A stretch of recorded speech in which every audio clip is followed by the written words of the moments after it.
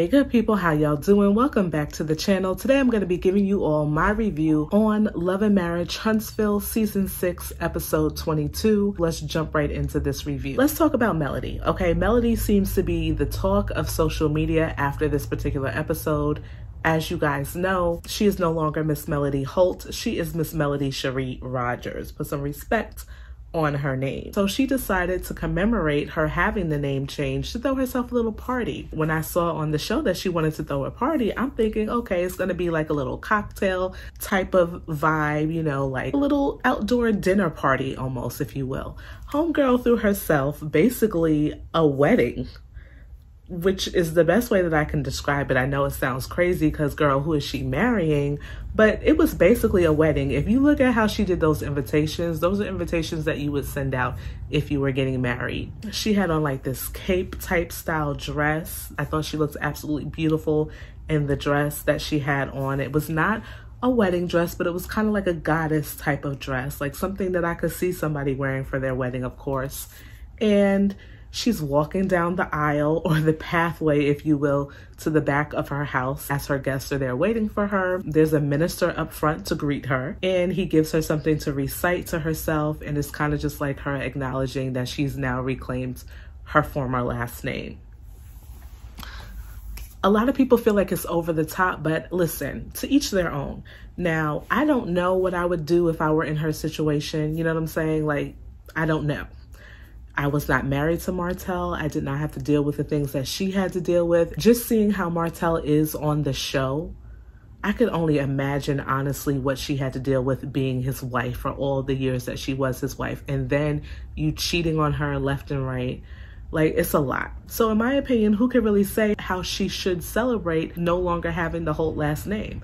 I feel like if she wants to have a party, girl, have a party if that's how you want to celebrate it. I know a lot of people were up in arms with the fact that Kimmy wasn't there. Of course, we know that Tisha wasn't going to be there. Of course, we know Stormi wasn't going to be there, but Tiffany wasn't there either. Was I shocked by that? No. When I saw the type of vibe she was going for and the amount of people that she was inviting, I wasn't surprised that none of those people were there. And come to think about it, as I'm doing this video, I'm like, well, heck, she did not even invite Keke. I really feel like these people are not friends off the show. Other than Miss Nell, who I think that Melody does have a real genuine relationship with, nobody else. What I found disheartening about social media, I'm in a lot of these reality TV groups on Facebook and stuff like that, and the things that they have to say about these cast members is outrageous. Some of the stuff I saw was people coming for Mel's mom about her size and stuff like that. And you would think the way that people go at these reality TV stars, you would think they knew these people personally. I mean, what did Mel's mom do to anybody? Like, what did these people do to any of us? It is just crazy that people are talking about her mom and her size and all of these crazy things. So Miss Nell is the only castmate that is invited to this party, and she takes the time to be messy. I'm just going to call a thing, and talk to Melody about things that she and Martell, meaning Miss Nell and Martell, discussed. I happen to really like her. I thought that scene with her and her husband at the start of the episode was really cute because it gives us a little insight into their relationship and how they are with one another. But she lied to Melody and said that Martell was the one who brought up Mel's name change to her, which we all know that's not the truth. Miss Nell, you brought it up to Martell, and this is not the first time. Okay, I was trying to give you a pass on the other times, but this is not the first time that you're feeding her information from his side of things when you're the one who started the situation. She started the conversation with Martell about Mel's name change, and I just don't understand. If you want to be a neutral friend, you're not picking this side and you're not picking that side. Why do you bring the other person up? If you're with Mel, why do you bring Martell up? If you're with Martell, why are you bringing Mel up? Can't you have a friendship with both of them that does not include talking about their relationship or what one is saying about the other? I honestly feel like if Mel was saying derogatory things about Martell to her, maybe not. I was going to say, I honestly feel like if Mel was saying derogatory things to Martell to her, she would go and tell him, but she's definitely leaning more towards the Melody side of things, which I get, but I just find her to be very messy with that whole situation. And as a viewer, I would not say that I would put any real value into that friendship based upon what I'm seeing on this show. So she brings up the whole conversation that she had with Martell and how he was saying that he gave Mel the name and this, that, and the third. Mel really can care less. I think a part of her does want to hear like what he's saying, but overall, I don't want to say she's 100% over Martell, because I don't believe that she is, but she wants to move on. So if she wants to move on and you're at her name change event, her little name change wedding, why are you sitting there bringing up her ex? Make it make sense. And I feel like Miss Nell, girl, with all the drama that we see you having with your family, certainly you could talk about that and not always bring up Martell and Melody to have a storyline. I'm just saying. So like I said, Melody is not paying her no attention. I thought how she did her whole party was beautiful. Kudos to you, Mel, for just reclaiming your name back and doing all the things that you're doing. Poor Martell is still trying to find a place to live. And we got Melody throwing a whole party in her backyard, throwing a whole reception in her backyard. Like, that is crazy. I mean, live music, champagne flowing. She got everything going on back there. And he's trying to look for a house that he can rent. Time and time again, when we see these two, it is so obvious who clearly has their life together. And it is not him. And I don't mean to laugh at what he's going through, because it's not funny. He needs to find a place where he can have his kids over and, you know, be comfortable, do his thing. But it's just always interesting to see how she's able to progress. And he's kind of stuck, and it doesn't seem like he's going to be unstuck anytime soon. Let's move on. Stormi gets together with Tiffany. She wants to talk to Tiffany about what's going on between Tiffany and Keke. I honestly agree with Stormi.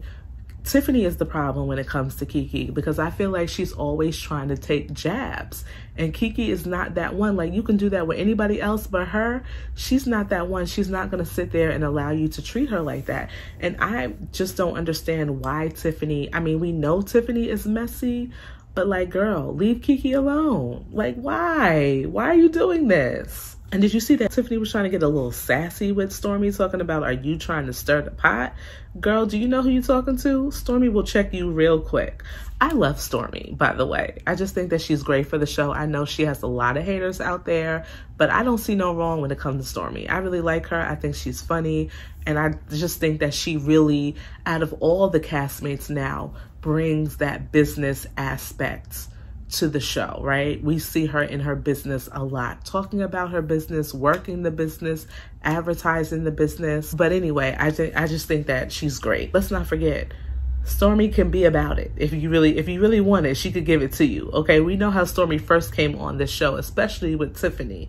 So if I'm Tiffany, I'm treading lightly. Like, girl, don't you talk about not poking the bear that is Keke, girl. Don't poke the bear that's Stormi. Okay, Stormi was like, let's sit down and let's have a conversation, because I can see that this is getting weird. So Stormi just wants to let Tiffany know, listen, you're doing a little too much when it comes to Keke. You need to pipe down, because I see in the future it getting violent between the two of you. Like, what you're saying and what you're doing is just not cute and could get you popped. That's basically the gist of what she's trying to tell her.